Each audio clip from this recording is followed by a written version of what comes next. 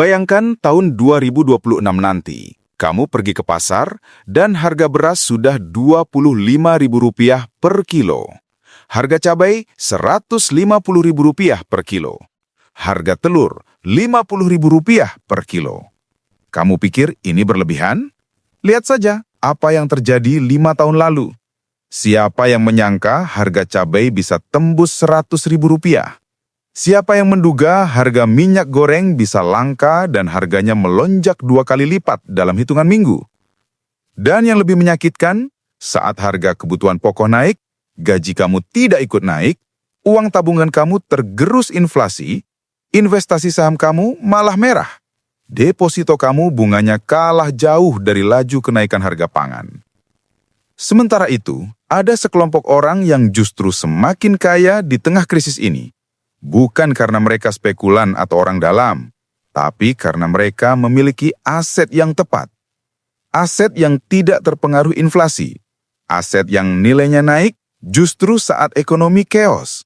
Aset yang sekarang masih murah, tapi dalam 2 tahun ke depan akan jadi rebutan. Dan yang paling menyebalkan, kamu sebenarnya bisa punya aset-aset ini sekarang, tapi kebanyakan orang bahkan tidak tahu aset apa itu. Hari ini, saya akan bongkar tuntas aset-aset apa saja yang akan meledak nilainya di tahun 2026. Dan yang paling penting, kenapa kamu harus mulai memperhatikannya sekarang, sebelum terlambat. Tapi sebelum itu, tekan tombol subscribe dan aktifkan loncengnya. Karena konten seperti ini tidak akan kamu dapat di channel lain. Ini hanya ada di Asupan Otak. Bagian 1, realitas pahit yang tidak banyak orang sadari. Sebelum kita bahas aset-aset spesifik, kamu perlu tahu dulu kenapa situasi sekarang berbeda dari 10 atau 20 tahun lalu. Kebanyakan orang masih berpikir dengan pola lama. Kalau mau kaya, kerja keras, nabung, investasi saham atau properti, tunggu hasilnya. Tapi realitanya sekarang, pola itu sudah tidak cukup efektif. Pain point pertama, inflasi tersembunyi yang menggerogoti tabunganmu. Bank sentral bilang inflasi cuma 3-4% per tahun. Tapi coba kamu hitung sendiri. Berapa kenaikan harga beras, minyak goreng, daging, sayur, bensin, listrik, biaya sekolah anak dari tahun ke tahun. Kalau kamu jujur menghitung, inflasinya bisa 8-12% per tahun untuk kebutuhan hidup real. Artinya uang 100 juta yang kamu simpan di deposito dengan bunga 5%, sebenarnya nilainya turun setiap tahun. Pain point kedua, aset konvensional sudah terlalu mahal. Properti di kota besar, harganya sudah di atas kepala. Untuk beli rumah tipe 36 di pinggiran Jakarta saja bisa 500 juta sampai 1 miliar. Saham blue chip, valuasinya sudah tinggi. Emas, sudah naik signifikan beberapa tahun terakhir. Kamu masuk terlambat, dapat returnnya kecil, resikonya besar. Pain point ketiga, krisis ekonomi global semakin dekat. Banyak ekonom memprediksi dalam 2-3 tahun ke depan akan terjadi resesi besar. Ketegangan geopolitik semakin panas. Rantai pasok global sudah rapuh. Krisis pangan mulai terjadi di berbagai negara. Pertanyaannya bukan apakah krisis akan terjadi, tapi kapan dan seberapa parah. Dan ketika krisis datang, aset-aset finansial seperti saham dan obligasi bisa anjlok. Tapi ada satu jenis aset yang justru naik nilainya saat krisis. Aset real yang memenuhi kebutuhan dasar manusia. Dan disinilah kita masuk ke pembahasan inti. Aset-aset apa yang bisa menjawab semua pain point ini? Bagian 2. Aset pertama, tanah pertanian produktif. Aset pertama yang harus kamu perhatikan adalah tanah pertanian produktif. Sekarang mungkin kamu berpikir, tanah pertanian? Saya bukan petani, saya orang kota. Ngapain saya beli tanah sawah? Dengar dulu. Realita pertama, tanah pertanian adalah aset paling langka di dunia. Setiap tahun, ribuan hektar lahan pertanian di Indonesia berubah fungsi, jadi perumahan, pabrik, jalan tol. Data dari Kementerian Pertanian menunjukkan Indonesia kehilangan sekitar 50.000 sampai 100.000 hektar lahan sawah setiap tahun. Lahan pertanian terus menyusut, tapi jumlah mulut yang harus diberi makan terus bertambah. Artinya apa? Supply turun, demand naik. Hukum ekonomi paling dasar, harga akan naik. Realita kedua, Negara-negara besar sudah bergerak duluan. China sudah membeli jutaan hektar lahan pertanian di Afrika, Amerika Latin, dan Asia Tenggara. Saudi Arabia membeli tanah pertanian di Indonesia, Australia, dan berbagai negara lain. Jepang, Korea, bahkan investor dari Eropa semua berburu lahan produktif. Mereka bukan bodoh. Mereka tahu persis apa yang akan terjadi. Krisis pangan global. Dan mereka mengamankan asetnya sekarang saat harganya masih masuk akal. Realita ketiga, tanah pertanian punya dua sumber return. Pertama, capital gain. Nilai jual tanah akan naik seiring waktu. Data menunjukkan harga tanah sawah produktif di Jawa naik rata-rata 10-15% per tahun dalam 10 tahun terakhir. Bahkan di beberapa lokasi strategis bisa naik 20-30% per tahun. Yang kedua, cash flow. Tanah yang produktif bisa menghasilkan pendapatan rutin dari hasil panen. 1 hektar sawah produktif bisa panen 5-6 ton gabah per musim tanam. Dengan 2 kali tanam per tahun, itu 10-12 ton. Kalau harga gabah 6.000 per kilo, itu 60-72 juta gross per tahun dari 1 hektar. Dikurangi biaya operasional sekitar 40-50%, kamu masih bisa untung bersih 30-36 juta per tahun. Itu belum termasuk kenaikan nilai tanah.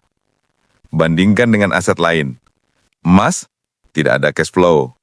Saham, bisa dapat dividen, tapi fluktuatif. Properti kota, harus disewakan dulu. Tanah pertanian, selama manusia butuh makan, nilainya terjaga. Tapi ada syaratnya, jangan asal beli tanah.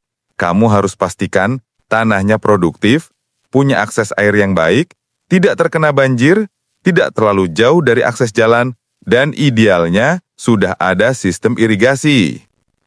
Faktor yang perlu diperhatikan, kesuburan tanah, akses air, lokasi tidak terlalu terpencil, dan status legalitas jelas. Dan satu lagi, jangan beli tanah pertanian dengan mindset properti. Jangan beli lalu dibiarkan kosong. Kamu harus produktifkan. Entah kamu garap sendiri, bagi hasil dengan petani, atau sewa ke orang lain. Yang penting, tanah itu menghasilkan. Bagian 3. Aset kedua, komoditas pangan strategis. Sekarang kita masuk ke aset kedua, komoditas pangan strategis. Ini adalah bahan pangan dasar yang konsumsinya stabil, bahkan naik terus. Beras, jagung, kedelai, bawang merah, cabai, gula, garam, minyak goreng. Kenapa komoditas pangan jadi aset yang menarik? Alasan pertama, harganya sangat volatile, tapi tren jangka panjangnya naik. Lihat saja grafik harga beras 10 tahun terakhir. Naik terus. Dari sekitar 8.000 per kilo di 2014, sekarang sudah 13.000 sampai 15.000 per kilo. Cabai bisa naik 200-300% dalam hitungan bulan saat pasokan terganggu. Minyak goreng sempat langka dan harganya melonjak drastis. Volatilitas ini membuka peluang besar bagi yang paham timing dan siklus harga. Alasan kedua, permintaan tidak akan pernah turun. Orang bisa berhenti beli gadget baru, orang bisa tunda beli mobil, tapi orang tidak bisa berhenti makan. Setiap hari, ratusan juta orang di Indonesia butuh beras, butuh sayur, butuh lauk. Ini demand yang konstan dan tidak terpengaruh resesi. Alasan ketiga, produksi global semakin tidak stabil. Perubahan iklim bikin musim tanam kacau. Cuaca ekstrim merusak panen. Hama dan penyakit tanaman semakin sulit dikendalikan. Banyak petani beralih profesi karena margin usaha tani tipis. Akibatnya pasokan sering terganggu. Dan setiap kali pasokan terganggu, harga melonjak. Tapi bagaimana cara memanfaatkan ini? Ada beberapa strategi. Strategi pertama, stok komoditas tahan lama. Kalau kamu punya modal dan tempat penyimpanan yang baik, kamu bisa beli komoditas saat harga rendah dan simpan. Beras misalnya, kalau disimpan dengan benar, bisa tahan berbulan-bulan. Saat harga naik, kamu jual, selisihnya bisa sangat besar. Strategi kedua, jadi distributor atau pengepul. Kalau kamu punya jaringan, kamu bisa jadi perantara antara petani dan pasar. Beli langsung dari petani dengan harga wajar, jual ke pasar dengan margin yang menguntungkan. Strategi ketiga, investasi di produk turunan komoditas. Misalnya dari jagung, kamu bisa produksi tepung jagung atau makanan ternak yang nilai tambahnya lebih tinggi. Yang penting kamu harus paham siklus harga, punya sistem penyimpanan yang baik, dan punya jaringan distribusi atau pasar yang jelas. Dan jangan lupa subscribe Asupan Otak supaya kamu dapat update terus tentang strategi-strategi investasi aset real seperti ini. Bagian 4. Aset ketiga, sumber daya air. Sekarang kita masuk ke aset yang mungkin paling diabaikan, tapi paling krusial, air. Kamu mungkin berpikir, air kan gratis, tinggal buka keran sudah dapat. Tapi tunggu sampai suatu hari, keran di rumahmu mati. Sumur di lingkunganmu kering. Air PDAM tidak mengalir selama berhari-hari. Baru kamu sadar, air itu tidak gratis. Dan akses ke air bersih adalah aset paling berharga. Ini bukan skenario fiksi. Ini sudah terjadi di banyak tempat.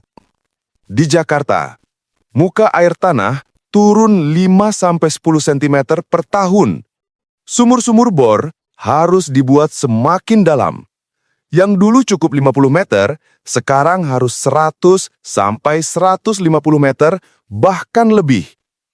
Di beberapa daerah, saat musim kemarau, warga harus beli air bersih dari tangki keliling setiap hari. Harga per liternya bisa berkali lipat dari tarif normal. Di negara-negara maju seperti Amerika, Eropa, bahkan Australia, krisis air jadi isu serius. Danau-danau mengering, sungai-sungai surut. California beberapa kali alami kekeringan parah. Australia pernah alami mega drought selama bertahun-tahun. Dan yang lebih mengerikan, perang air bisa jadi realita. Banyak konflik regional di Timur Tengah dan Afrika dipicu oleh rebutan sumber air. Negara yang menguasai sumber air menguasai kehidupan. Ini bukan metafora, ini realita. Apa artinya bagi kamu? Kalau kamu punya tanah dengan akses air yang baik, entah itu dekat sungai, punya mata air, atau punya sumur dalam yang stabil, nilai tanah itu akan melonjak drastis dalam beberapa tahun ke depan. Bahkan di beberapa negara, hak atas air sudah dijual terpisah dari tanah. Di Australia dan Amerika, ada pasar untuk water rights dan harganya bisa sangat mahal. Strategi apa yang bisa kamu lakukan?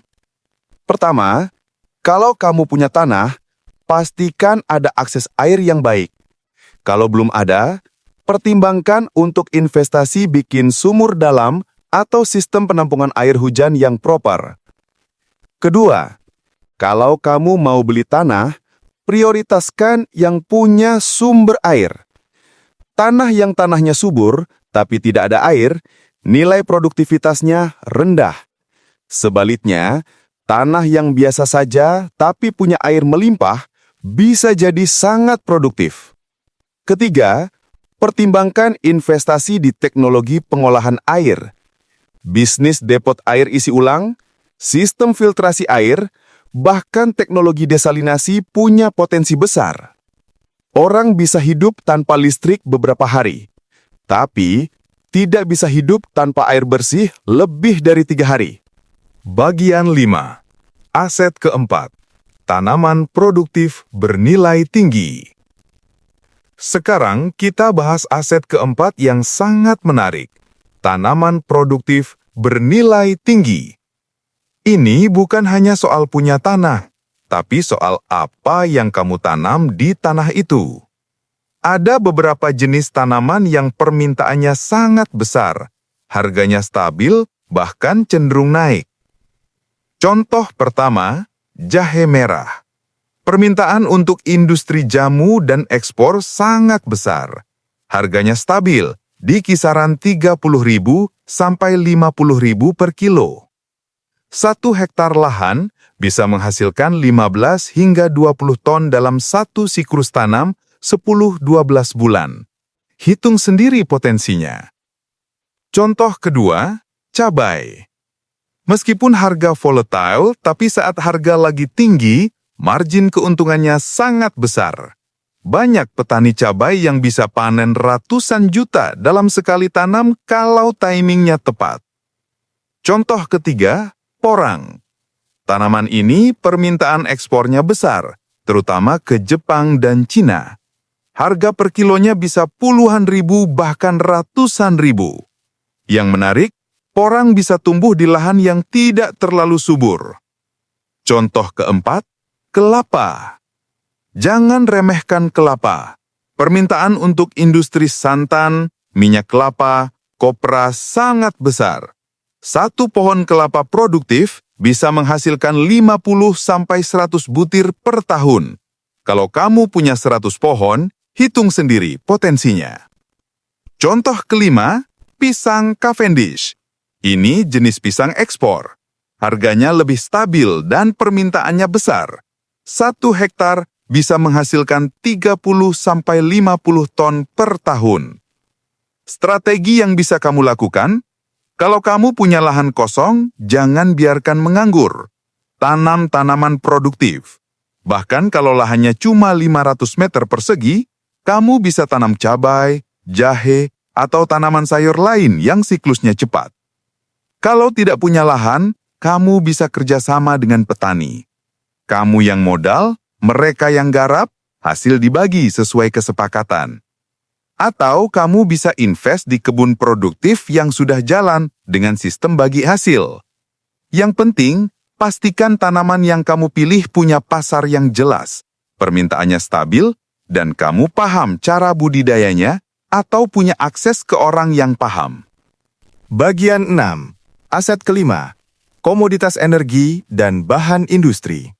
Aset kelima yang mulai jadi rebutan adalah komoditas energi dan bahan baku industri. Ini agak berbeda karena lebih teknis dan butuh modal lebih besar. Tapi potensi returnnya juga sangat besar. Apa saja yang masuk kategori ini?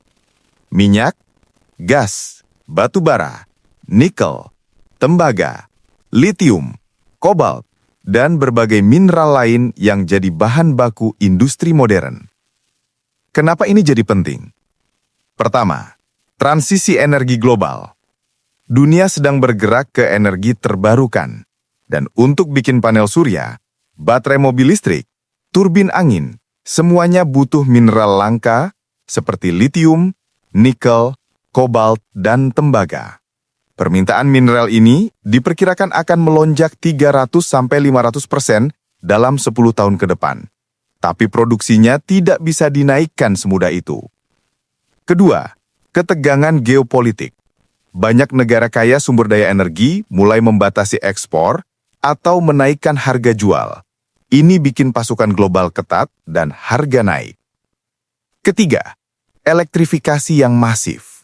Mobil listrik, infrastruktur charging, renewable energy, semuanya butuh tembaga dalam jumlah besar. Satu mobil listrik butuh 80 kg tembaga, 4 kali lebih banyak dari mobil bensin biasa. Bagaimana cara kamu bisa ikut memanfaatkan ini? Pertama, invest di saham perusahaan komoditas. Kalau kamu pilih perusahaan yang fundamentalnya kuat dan punya cadangan sumber daya besar, potensi returnnya sangat menarik. Kedua, invest di produk turunan komoditas. Kalau kamu tidak bisa beli nikel atau litium langsung, kamu bisa invest di bisnis yang menggunakan bahan baku itu, seperti produsen baterai. Ketiga, invest di logam mulia selain emas. Perak, platinum, palladium, semuanya punya fundamental kuat dan harganya masih jauh lebih rendah dari emas, tapi potensi naiknya besar.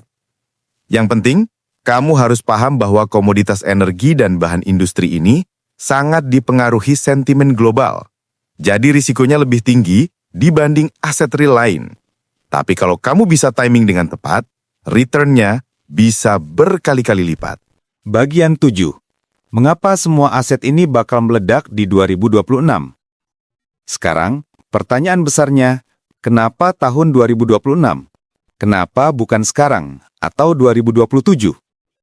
Jawabannya ada pada konvergensi beberapa faktor besar. Faktor pertama, siklus ekonomi global. Banyak ekonom memprediksi 2025-2026 akan terjadi resesi besar. Dan setiap kali resesi terjadi, orang-orang akan lari ke aset real yang aman. Faktor kedua, krisis iklim yang semakin parah. Prediksi cuaca ekstrim akan semakin sering terjadi.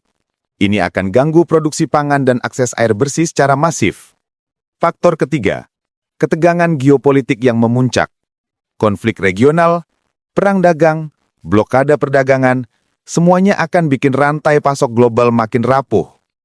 Faktor keempat, populasi dunia terus bertambah. Dalam 2 tahun ke depan, populasi dunia akan bertambah ratusan juta orang. Semua orang ini butuh makan, butuh air, butuh energi. Tapi, kapasitas produksi global tidak bertambah secepat itu. Faktor kelima, pergeseran pola investasi institusional.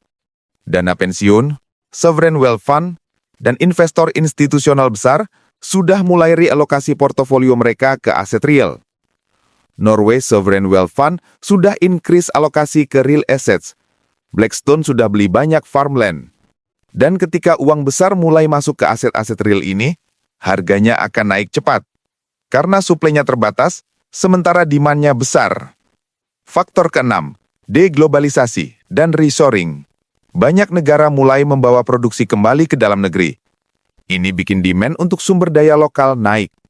Faktor ketujuh, transisi moneter global. Kalau kepercayaan pada fiat currency menurun, orang-orang akan lari ke hard assets, tanah, emas, komoditas, hal-hal yang punya nilai intrinsik. Semua faktor ini datang bersamaan dalam 2 tahun ke depan. Dan konvergensi ini akan create perfect storm yang bikin harga aset real melonjak drastis. Pertanyaannya buat kamu, mau tunggu sampai harga sudah mahal baru masuk? Atau mulai sekarang saat masih terjangkau? Jangan lupa tekan subscribe supaya kamu dapat update terus dari Asupan Otak tentang pergerakan aset-aset ini.